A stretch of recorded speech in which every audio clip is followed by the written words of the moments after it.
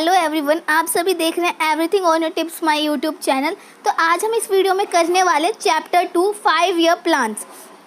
Chapter 2 जो कि 5 year plans goals and achievement. इसमें हम 5 ईयर प्लान्स के गोल्स और अचीवमेंट के बारे में पढ़ेंगे। तो पहले कुछ बेसिक से स्टार्ट करते हैं। चलो स्टार्ट करते हैं। फर्स्ट क्या, इकोनॉमिक प्लानिंग। इकोनॉमिक प्लानिंग जो टर्म है, इसका मतलब होता क्या है? तो इकोनॉमिक प्लानिंग क्या है? इज अ प्रोसेस, एक प्रोसेस है इकोनॉमिक प्लानिंग अंडर विच, जिसके अंदर क्या है, सेंट्रल अथॉरिटी। कौन है सेंट्रल अथॉरिटी? प्लानिंग कमीशन जो हमारा है। इसके एक प्रोसेस है इकोनॉमिक प्लानिंग, जिसके अंदर प्लानिंग कमीशन क्या करता है, कुछ टारगेट्स को सेट करता है या डिफाइन करता है कुछ टारगेट्स को। किससे रिलेटेड? ग्रोथ से related target, development of a country. Growth और डेवलपमेंट से रिलेटेड टारगेट्स को वो क्या करता है, डिफाइन करता है। क्या is to be achieve with a specific period of time, जो कि अचीव होने चाहिए किसमें, एक पीरियड ऑफ टाइम में, स्पेसिफिक पीरियड ऑफ टाइम में। तो क्या इकोनॉमिक प्लानिंग एक प्रोसेस है जिसके अंदर सेंट्रल अथॉरिटी प्लानिंग कमीशन हमारा कुछ टारगेट्स को डिफाइन करता है। कौन वो टारगेट्स कौन क्या हो सकते हैं? ग्रोथ, डेवलपमेंट से रिलेटेड टारगेट्स को डिफाइन करता है, जो कि अचीव करने में स्पेसिफिक पीरियड ऑफ टाइम में। ठीक है, समझ में आया? अब आगे चलते हैं। Free play of market forces का क्या मतलब है? ये जो लाइन है free play of market forces, इसको समझते हैं अब। ये क्या है? एक सिचुएशन है। कौन सी situation? When government of a country does not interfere in market forces.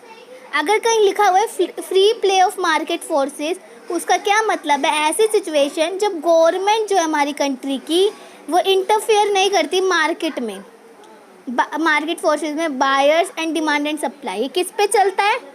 Demand और सप्लाई पे जो मार्केट चले वो free play of market forces है। Producers always try to get maximize profit. इसमें क्या होता है, प्रोड्यूसर्स जो होते हैं वो प्रॉफिट हमेशा मैक्सिमाइज करने की सोचते हैं, और जो बायर्स हैं, मतलब जो खरीदने वाले हैं, वो मैक्सिमम सेटिस्फैक्शन पाएंगे हैं। ठीक है, अगर गवर्नमेंट का जो ये है free play of market forces में, गवर्नमेंट जो है कुछ भी इंटरफेयर नहीं करती, ये डिमांड और सप्लाई के बेसिस पे होता है। इसमें प्रोड्यूसर्स क्या होता है, वो मैक्सिमम प्रॉफिट अर्न करना की सोचते हैं और मैक्सिमम सेटिस्फैक्शन गेन करते हैं। ठीक है, आगे देखते हैं। Direct planning. डायरेक्ट प्लानिंग का क्या मतलब है? It refers to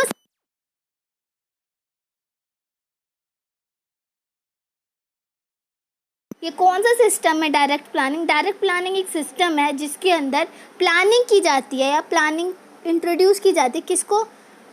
to just direct the force किसके लिए? सप्लाई और डिमांड के लिए जो प्लानिंग की जाती है डायरेक्ट सीधा सप्लाई और डिमांड के लिए, वो होती है direct planning. In such planning there is no direct participation of government.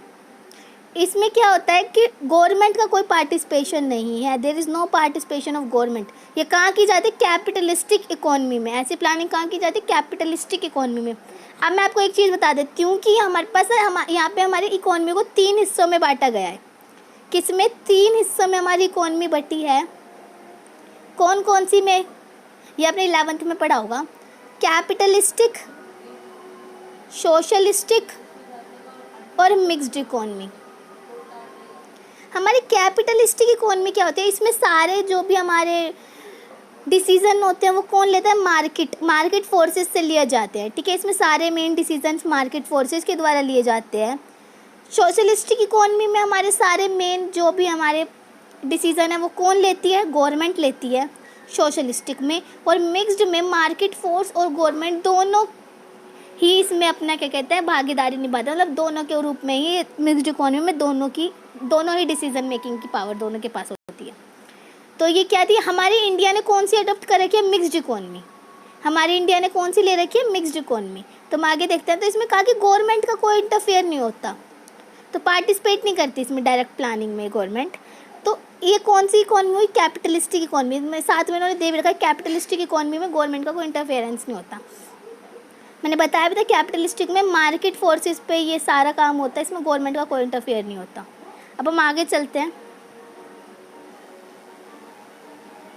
आगे हम देखते हैं कंपनसेटिव प्लानिंग। अभी हमने डायरेक्ट प्लानिंग पढ़ी, अब कंपनसेटिव प्लानिंग क्या होती है? It is a system in which government herself participate in process of growth and development. ऐसा प्रोसेस या ऐसा सिस्टम जिसमें गवर्नमेंट खुद पार्टिसिपेट करती है, किसके लिए, ग्रोथ और डेवलपमेंट के लिए गवर्नमेंट पार्टिसिपेट करती है। This type of concept find in mixed economy. ये कंसेप्ट कहाँ पाया जाता है, मिक्स्ड इकोनॉमी में। मिक्स्ड इकोनॉमी कहाँ पे है हमारी, किसने मिक्स्ड इकोनॉमी अडॉप्ट करके, जैसे कि इंडिया। तो this type of concept find in mixed economy India.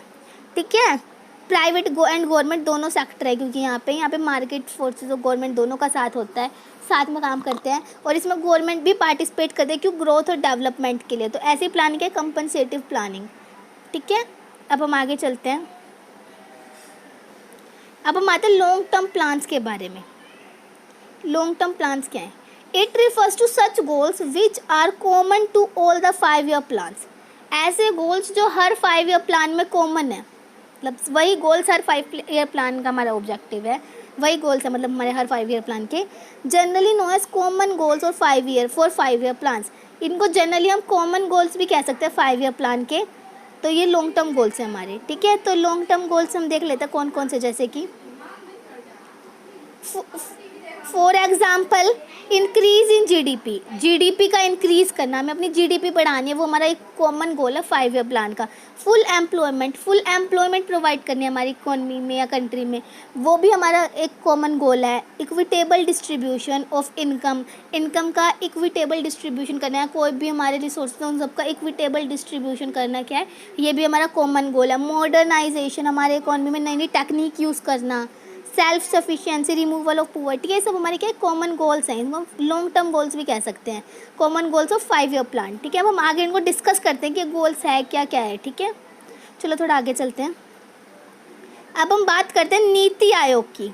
किसकी बात करते हैं अब हम, नीति आयोग की। तो नीति आयोग की बात कर लेते हैं। जो न्यू ने इसका हम पहले जो हमारा था प्लानिंग कमीशन,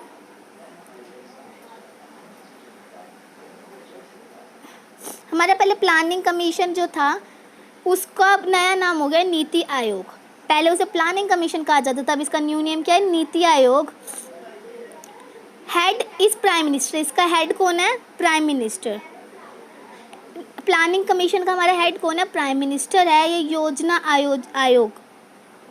ठीक है, ये जो है ये प्लानिंग कमीशन ही हमारा क्या कहता है 5 ईयर प्लान्स इंट्रोड्यूस करता है। इसने 5 ईयर प्लान्स इंट्रोड्यूस किए थे। ये सेटअप कब हुआ, 1950 में।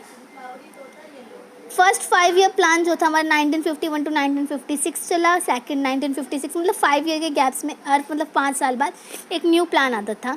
ये 12 5 ईयर प्लान्स हमारे अब तक हमारे 12 5 ईयर प्लान्स जो है इस प्लानिंग कमीशन ने इंट्रोड्यूस किए थे। बिफोर 1951, हमारे 1951 से पहले क्या था, जीडीपी जो थी हमारी 2% थी ओनली, और 1960 तक जाते जाते हमारी जीडीपी कितनी हो गई, 5.5%। किसकी वजह से बढ़ी है, 5 ईयर प्लान्स की वजह से। हमारी पहले जो हमारे 5 ईयर प्लान सब स्टार्ट भी नहीं होते, 5 ईयर प्लान से स्टार्टिंग से पहले 2% था हमारा जीडीपी, और 5.5 और 1960 तक। अब हम आगे देखते हैं 1964 में क्या हुआ था हमारा 1964 में। ये कैसे मैंने टर्म लिख रखे ताकि मुझे याद रहे, इसीलिए आप भी ध्यान रख सकते हैं इसे। तो 5 ईयर प्लान्स के बाद हमें पता चला हमारे जीडीपी में क्या चेंज आया, तो ये आपको याद रखना है। फर्स्ट 5 ईयर प्लान लॉन्च कब हुआ, 1951 में, और एक कमीशन सेटअप कब हुआ, 1950 में। तो 12 5 ईयर प्लान्स लॉन्च किए, फर्स्ट 5 ईयर प्लान जो था वो 1951 में हुआ। अब हम आगे देखते हैं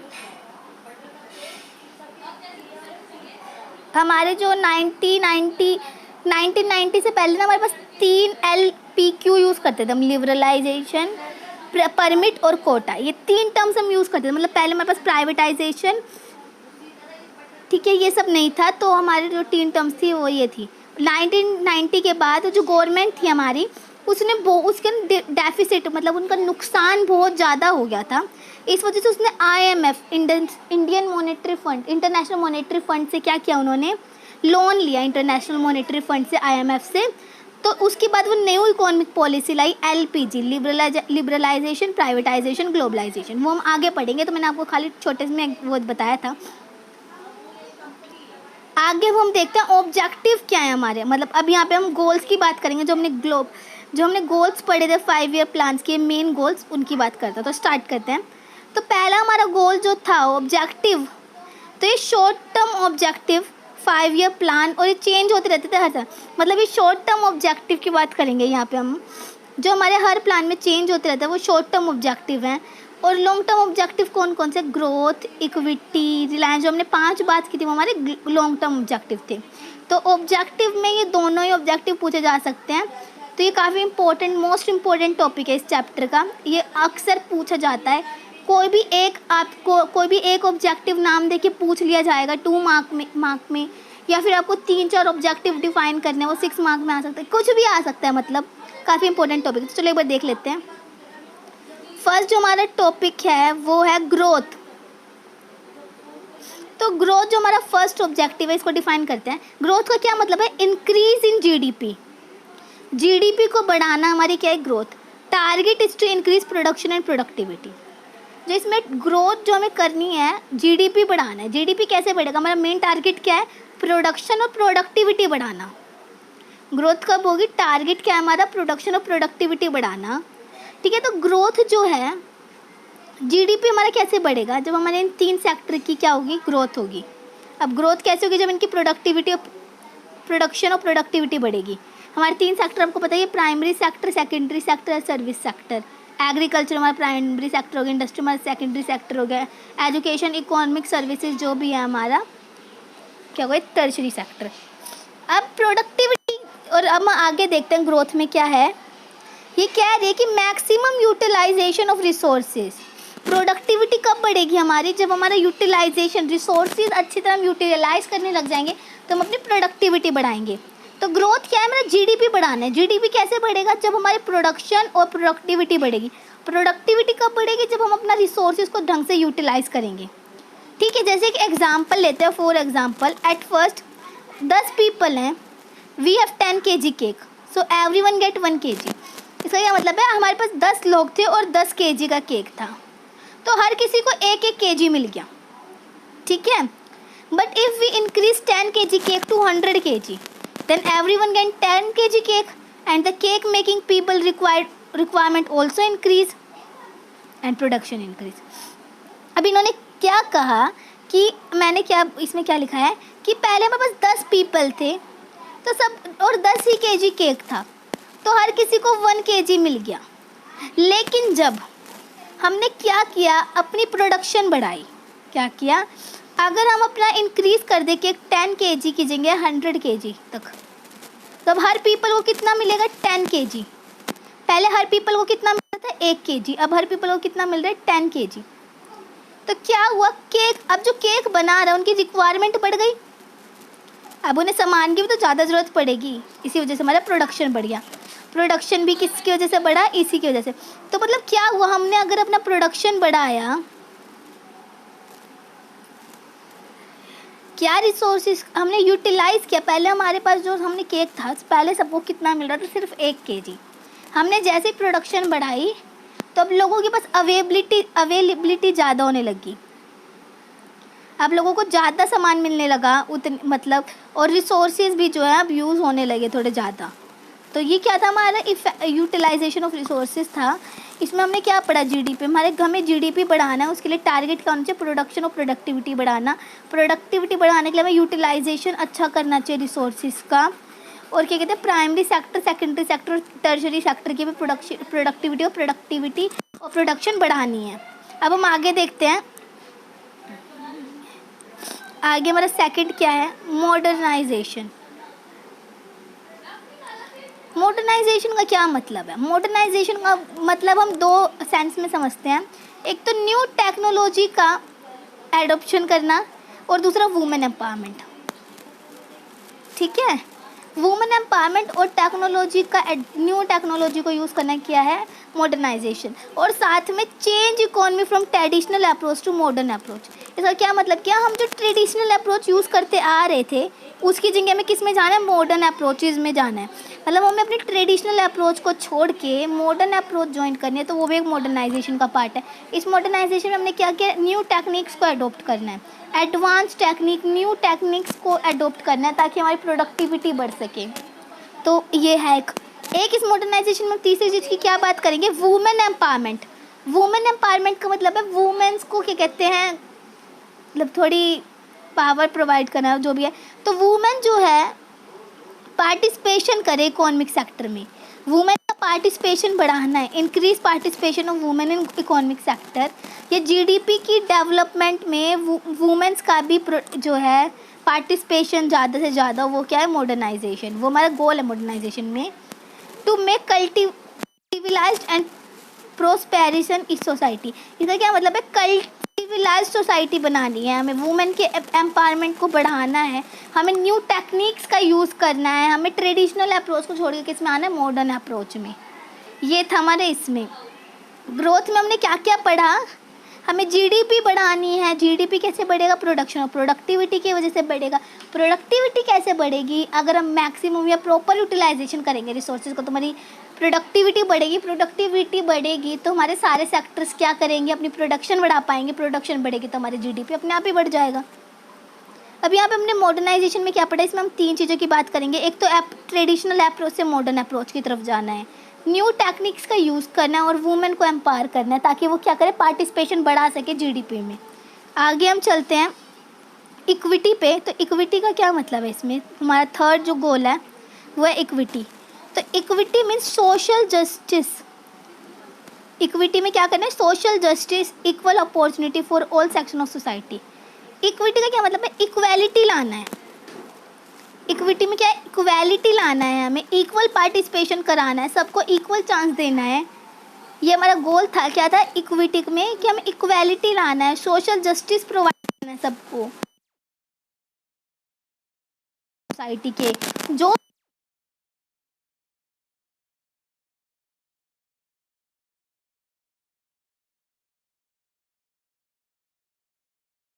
पार्टिसिपेशन में, चांस प्रोवाइड करने में, जॉब अपॉर्चुनिटी में, सब सेक्शन को इक्वल अपॉर्चुनिटी मिलनी चाहिए। ये सब क्या है हमारा इक्विटी, सोशल जस्टिस प्रोवाइड करना।